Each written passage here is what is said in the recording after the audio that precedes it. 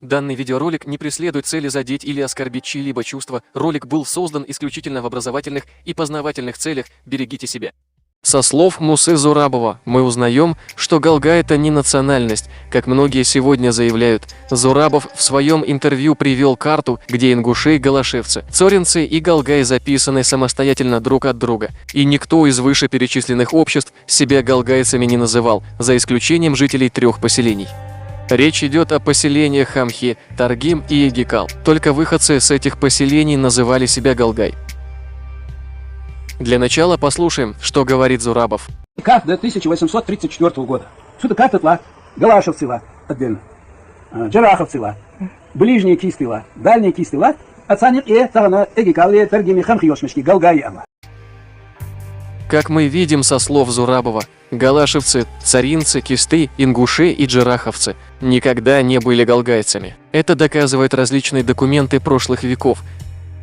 Карта Закавказского края отдельного Кавказского корпуса в 1854 году. Как мы видим, здесь большим шрифтом обозначены чеченские общества. И среди прочих кисты и галашевцы, назрановцы и прочие тейпы, которые сегодня непонятным для нас образом очутились галгайцами.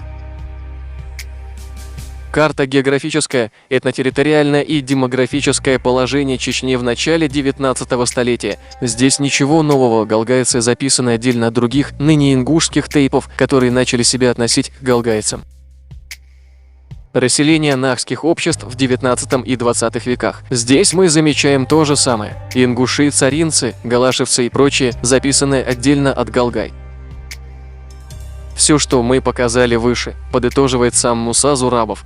Так получается. Галай ацахан дорогих масниханяц.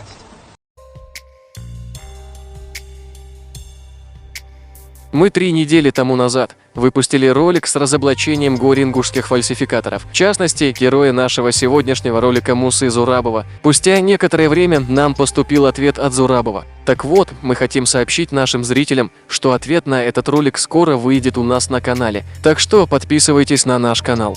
И обязательно включите уведомления, нажав на колокольчик, чтобы не пропускать новые ролики.